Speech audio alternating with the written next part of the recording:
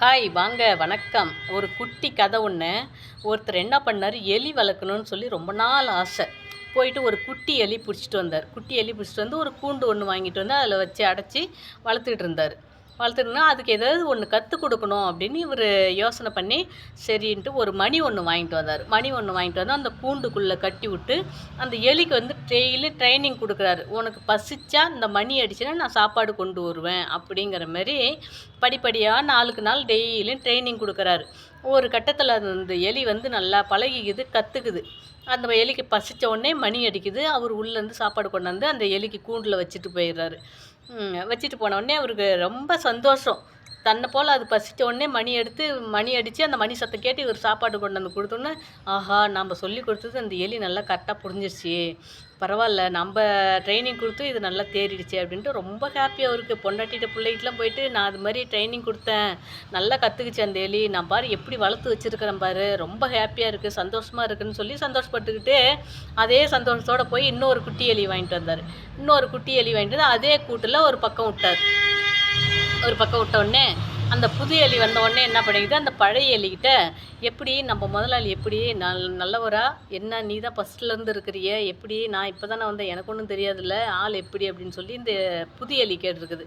அதுக்கு அந்த பழைய எலி சொல்லியிருக்குது, அவன் கொஞ்சம் முட்டாள் தான், நான் தான் அவனை சரி பண்ணி வச்சுருக்கிறேன். மணி எனக்கு வந்து பசி எடுத்தது எப்படின்னா மணி அடிப்பேன், நீ கொண்டாந்து சாப்பாடு கொடு அப்படிங்கிற மாதிரி நான் அவனுக்கு ட்ரைனிங் கொடுத்து வச்சுருக்கிறேன் அப்படின்னு சொல்லி இந்த புது எலிகிட்ட அந்த பழைய எலி சொல்லுதாம்மா. அப்போ இதுலேருந்து என்ன தெரியுதுன்னா, நாம் தான் புத்திசாலின்னு சொல்லி நினைக்கக்கூடாது. நம்மளை சுற்றி இருக்கிறவங்களும் புத்திசாலி தான், அவங்களும் ஒரு விதத்தில் திறமைசாலி தான். அவங்கவுங்களோட புத்திசாலித்தனத்தில் தான் அவங்கவுங்க அப்படி இப்போ வாழ்க்கையை கொண்டுட்டு போயிட்டுருக்காங்க அப்படின்ற மாரி ஒரு உதாரணம் இதில் இருக்குது பாருங்கள். நான் ஒரு வீடியோவில் இந்த கதை கேட்டிருந்தேன். அந்த வீடியோவில் பார்த்தீங்கன்னா சிம்பிளாக முடிச்சிட்டாங்க. நாம் தான் புத்திசாலி, நம்மளை விட இன்னும் சுற்றி இருக்கிறவங்களும் புத்திசாலி தான் அப்படிங்கிற மாரி சிம்பிளாக முடிச்சிட்டாங்க. நான் அதை வந்து விளக்கமாக எடுத்து சொல்லணும்னு நினைக்கிறேன். ஆனால் ஒரு சில பேர் வந்து ஒரு ஆணவத்தில் இருக்கிறாங்க. நாம் மட்டும்தான் புத்திசாலி, நமக்கு மட்டும்தான் எல்லாம் தெரியும், நாம் தான் எல்லாருக்கும் தெரியப்படுத்துகிறோம், நாம் தான் எல்லாத்துக்கும் கற்றுக் கொடுக்குறோம், நாம் தான் அடுத்தவங்களை வந்து ஒரு திறமைசாலியாக புத்திசாலியாக மாற்றுறோம் அப்படிங்கிற ஒரு தலக்கணத்தில் வந்து சில பேர் நிறைய பேர் அந்த ஒரு நினப்பில் இருக்கிறாங்க. அது ரொம்ப தப்பு.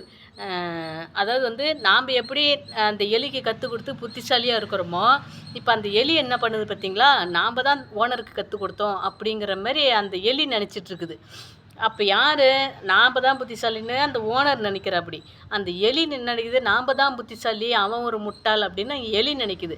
இப்படி தாங்க ஒருத்தருக்கு ஒருத்தர் புத்திசாலி முட்டாள்னு யோசனை போயிடும். பொதுவாக பார்த்திங்கன்னா எல்லாருமே புத்திசாலி தான். அவங்கவுங்க